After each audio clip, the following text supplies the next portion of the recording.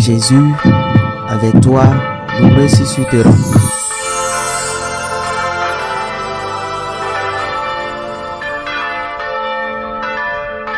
Le Seigneur soit avec vous. Et avec votre esprit. Évangile de Jésus-Christ selon saint Marc. Gloire à toi, Seigneur.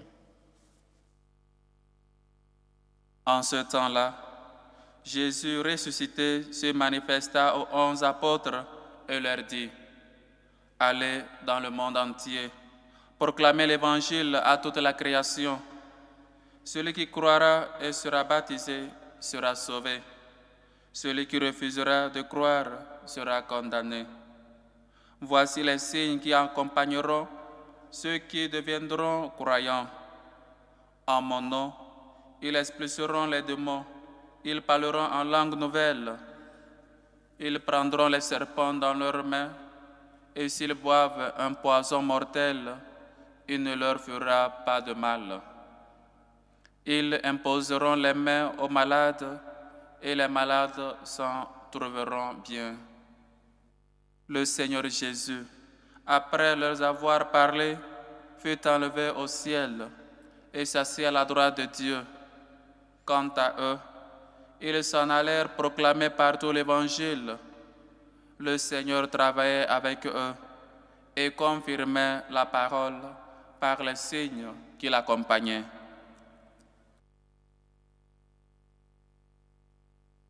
Acclamons la parole de Dieu. Louange à toi, Seigneur Jésus.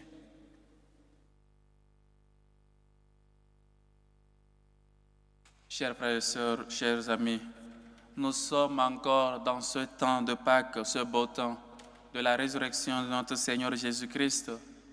Et le Seigneur trouve les 11 et les envoie en mission. Chers frères et sœurs, le Seigneur nous envoie en mission. Ce n'est pas seulement aux prêtres, aux, séminaristes, aux personnes consacrées, religieux, religieuses, d'annoncer la parole de Dieu. Mais tout chrétien doit savoir qu'il a une mission concrète. S'il ne la fait pas, s'il ne l'accomplit pas, sera sans être accompli. Et donc, qu'il a une responsabilité, qu'il a au moins à rendre compte à Dieu à la fin de ses jours ici sur la terre. Chers frères et sœurs, être témoin, c'est prononcer, c'est annoncer fidèlement ce qu'on a vu, ce qu'on a cru, ce que le Seigneur a fait dans notre vie. Et on ne peut pas être témoin, on ne peut pas être évangéliste si on ne se forme pas, si on ne s'est jamais formé. On ne peut pas aller faire des pratiques sans la théorie. Un médecin ou un élève de la médecine ne peut pas déjà commencer par faire des opérations, par opérer des patients. Il va les tuer tous. Parce qu'il faut d'abord peut-être être avec un médecin, l'accompagner, après les études faire des pratiques et le reste. Et donc, dans la vie aussi des apôtres ou dans notre vie, il y a toujours ce moment, le moment de se former et le moment après d'annoncer et d'aller faire des pratiques. Dans tous les domaines maintenant, il faut peut-être des stages, il faut peut-être pas mal de choses après les études, aussi après le séminaire, après la théologie, il faut faire 1 an ou 6 mois du stage diaconal pour faire l'expérience d'être sur une paroisse avant qu'on t'envoie comme vicaire ou curé quelque part. Tu ne peux pas sortir du séminaire et en même temps aller pour évangéliser ou sans l'ordination que tu es prêtre. Non. Et donc, c'est quoi il faut annoncer? C'est quoi les disciples vont annoncer de la part de Dieu? Premièrement, ils sont restés avec le Christ. D'abord, la formation. Rester avec le Christ. Dieu ne les a pas envoyés au premier jour, il a dit, allez en même temps annoncer. Non, ils sont restés avec lui. Ils se sont formés. La formation est très importante. Et c'est ça peut-être le problème de notre société, le problème de nous tous, parce qu'on ne veut pas se former. On veut déjà peut-être avoir, ou je ne sais pas, brûler les étapes pour le dire ainsi. On veut déjà pas mal de choses, qu'on soit telle personne, sans la formation. Et donc, sans une base, on ne peut pas construire une maison. Sans la pierre angulaire qui est le Christ, on ne peut rien faire dans cette vie. Et donc, il les envoie en mission, parce qu'il sait qu'ils ont eu 3 ans de théorie, Ils ont eu 3 ans, ils sont restés avec lui 3 ans de sa vie publique où il a appelé ses disciples, il les a formés, ils vivaient ensemble. Devant ses disciples, il a fait des miracles. Déjà, il les avait enseigné comment prier. Comme Philippe avait dit, montre-nous comment prier, parce que d'autres ont enseigné leurs disciples à prier. Ou donc, montre-nous le chemin du Père, parce qu'on ne connaît pas le Père. Celui qui m'a vu a vu le Père. Pas mal de choses qu'ils ont eu à voir avec et entendu de la bouche du Seigneur. Et donc, Jésus les voit déjà capables d'aller de sa part annoncer la parole de Dieu. La formation, elle est très importante. Ce n'est pas seulement ou peut-être la catéchèse, une responsabilité des catéchistes, mais il faut aussi former les catéchistes. Il faut aussi former des gens qui, dans le futur, vont former des gens. Mais qui va former des gens si personne ne veut être catéchiste? Qui va former les catéchistes s'il n'y a pas antérieurement des gens qui sont formés?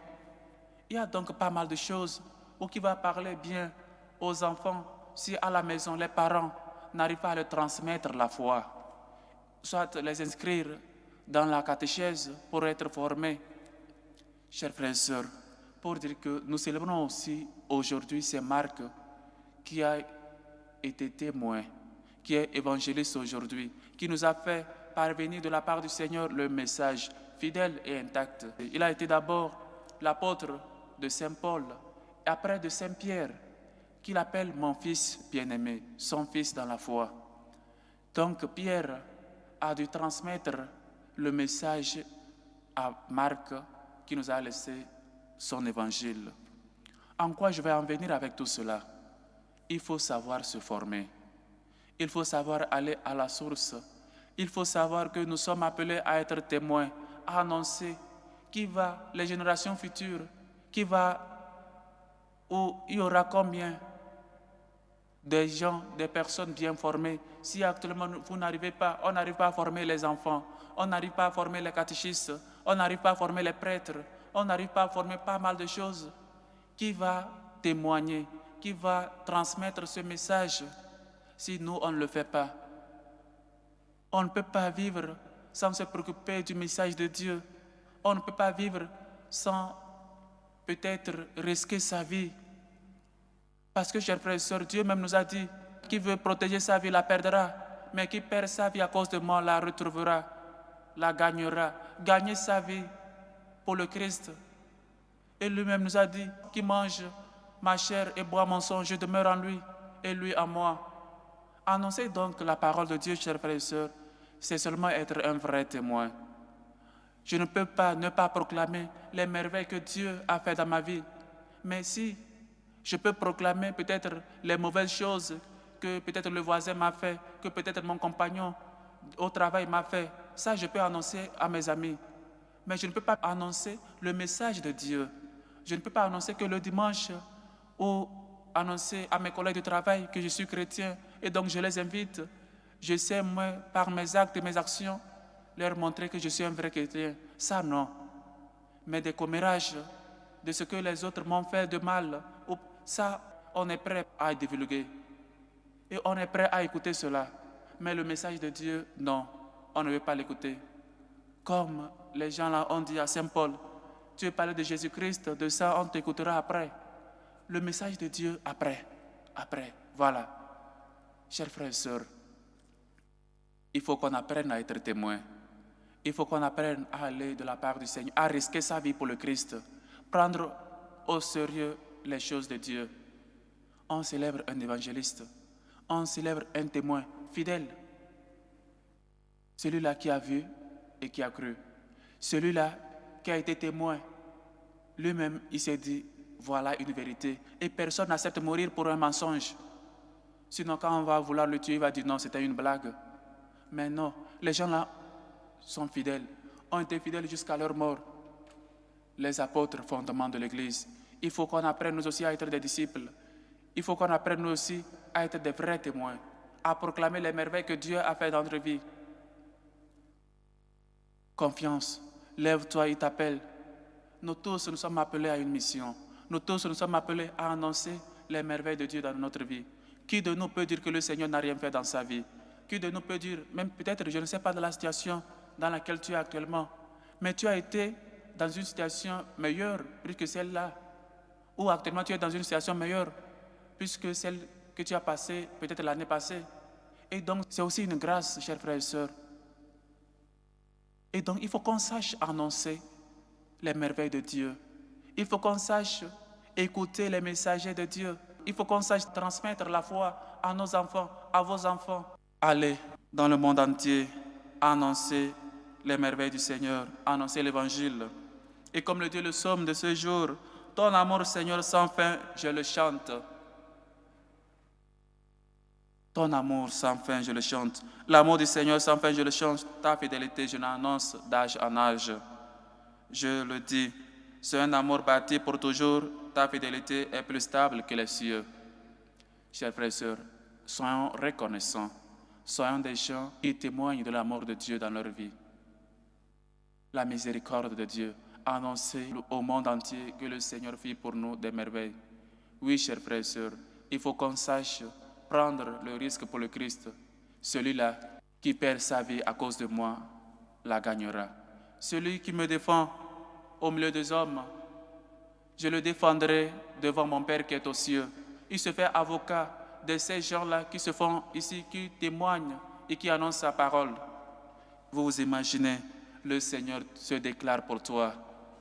Chers frères et sœurs, comment donc ne pas lutter pour que le Seigneur soit toujours cet avocat-là? Si je le défends ici, lui aussi me défendra aux cieux, devant son Père. Et je sais qu'il est fidèle, je sais qu'il accomplit toujours ses promesses. Et donc, pourquoi ne pas annoncer ta parole?